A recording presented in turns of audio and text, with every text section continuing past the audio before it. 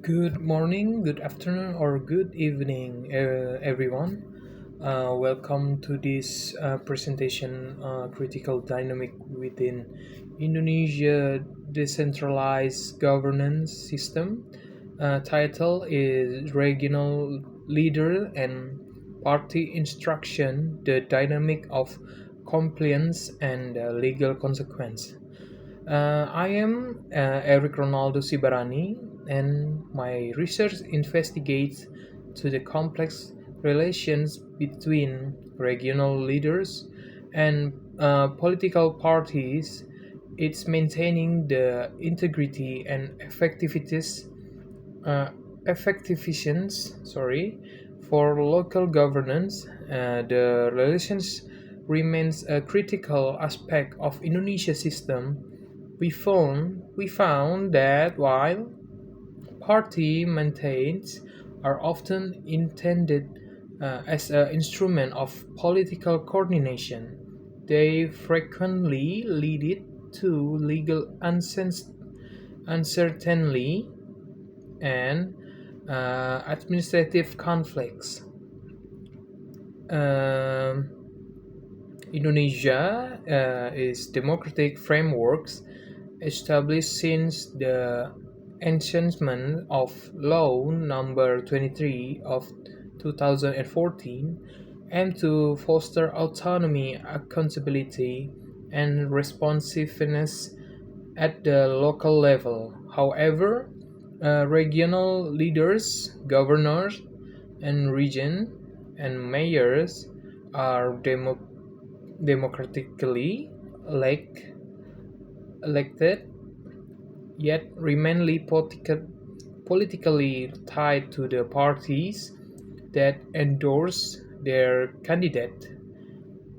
These parties is frequently issues instructions or directive that can affect administrative decision and policy alignment. This dynamic creates a fundamental dual loyalty. Regional heads are public officially whose authority is derived from the statutory and mandates, bound by the law and required to act in the public interest, and simultaneously they face strong influence over their career and policy orientation through the internal party mandates. The normative judicial research and visual representation of the autonomy versus the loyalty conflicts. This study employ a normative judicial research method, focusing on the exemption of legal norms that statutory regulations and relevant case law, as it allow for an in-depth analysis of the relationship between the party directive and the autonomy of regional governance within Indonesian law. Our analysis systematically examines key statutory provisions like the 1945 Constitution and Law Number 23 of 2014 on regional governments. For this judicial perspective, we identify the core normative tension. Regional heads are public officially with duties to the region, bound by the law and required to act in the public interest.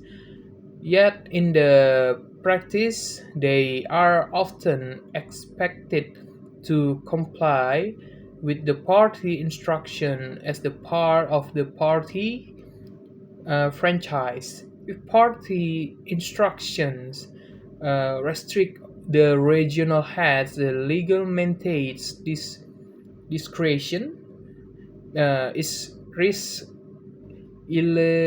illegality, undermining democracy, legitimacy, and treating the separation of the power. Impact on government uh, when the party instruction extend beyond mere the political coordination and into into the into administrative the decision making, it produce two critical consequences: the legal uncertainty and the administrative the conflict. Legal uncertainty arises because party instructions are often informal or operate in the gray area atau gray zone, making the ambiguous uh, whether the regional head is acting in their capacity as a public officer bound by the law or as a party cadre.